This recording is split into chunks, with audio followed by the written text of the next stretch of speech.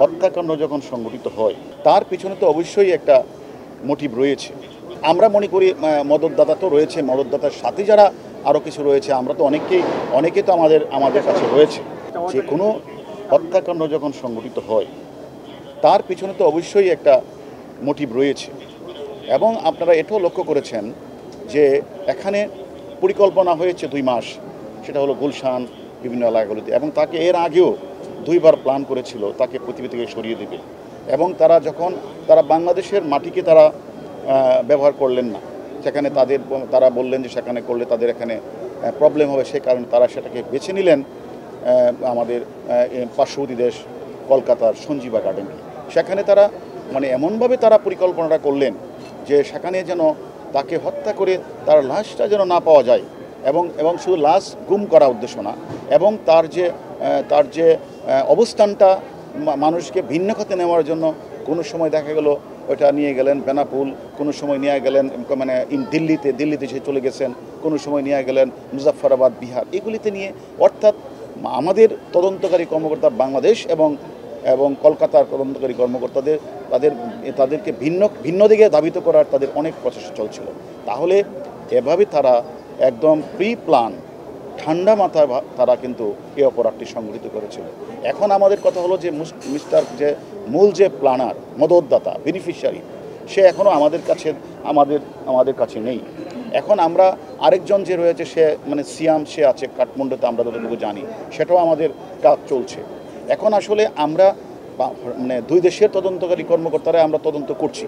এখন হঠাৎ করে এখানে দেখেন এলাকার আধিপত্য বিস্তার নিয়ে কোনো সমস্যা আছে কিনা, এখানে রাজনীতি, প্রতিদ্বন্দ্বী, অর্থনৈতিক, সামাজিক, বা এখানে উনি মাঝে মাঝে কিন্তু কলকাতায় যেতেন, মাননীয় সংসদ, উনি একজন জনপ্রিয় সংসদ, ওনার এখানে ব্যবসা বাণিজ্য ছিল কিনা, অথবা উনি যখন গোপালের বাসা থেকে বের হওয়ার পরে উনি এই যে শিমুল ভুইয়া তাকে যে নিয়ে গেলেন ওই সঞ্জীবা গার্ডেনে, সেখানে উনি কি আবার নতুন ব্যবসায়ী সেজে উনি নতুন ব্যবসায়ীর মিথ্যা তত্ত্ব দিয়ে সেখানে নিয়ে গিয়েছিলেন কিনা, আমরা কিন্তু সবগুলি কিন্তু, এবং আপনারা যারা সাংবাদিক বাইরে আছেন আপনারাও অনেক ধরনের তথ্য আপনারা আমাদেরকে দিচ্ছেন, সব কিছু আমরা বিচার বিশ্লেষণ করছি, পাশাপাশি ইন্ডিয়ান পুলিশ এগুলো বিচার বিশ্লেষণ করছে।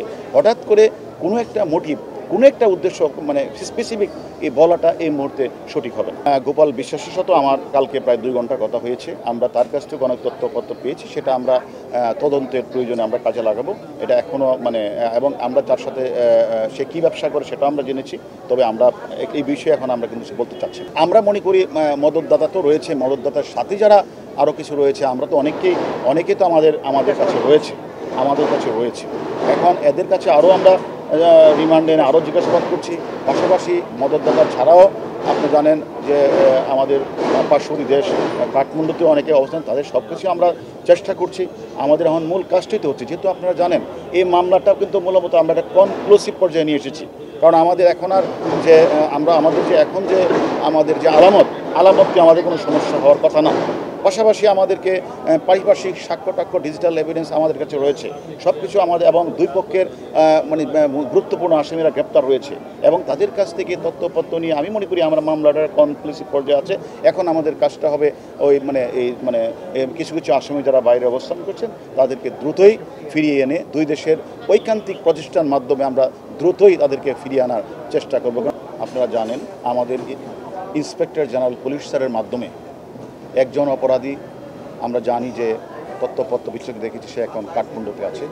আরেকজন অপরাধী, যেহেতু আপনারা জানেন যে মূল মদতদাতা, বেনিফিশিয়ারি, সে এখন ইউএসএ অবস্থান করছে, সে আমেরিকান পাসপোর্ট। এখন আপনারা জানেন যে আমাদের দ্রুতই আমরা তাদের মোবাইল নাম্বার, তাদের পাসপোর্ট, সব কিছু তথ্যপত্র সংগ্রহ করে আমাদের ইন্সপেক্টর জেনারেল পুলিশ মহোদয় ইন্টারপোলকে অবহিত করেছেন।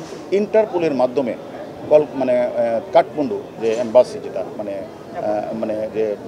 যে নেপালের এম্বাসি বা নেপাল কর্তৃপক্ষকে অবহিত করেছে। আমরাও আনঅফিশিয়ালি কাঠমান্ডু যে বাংলাদেশের যে এম্বাসি রয়েছে, সেই এম্বাসির সাথে আমরাও প্রতিনিয়ত যোগাযোগ রাখছি, এবং আমরা বিভিন্ন ধরনের তথ্যপত্র দিয়েও কথাবার্তা বলছি।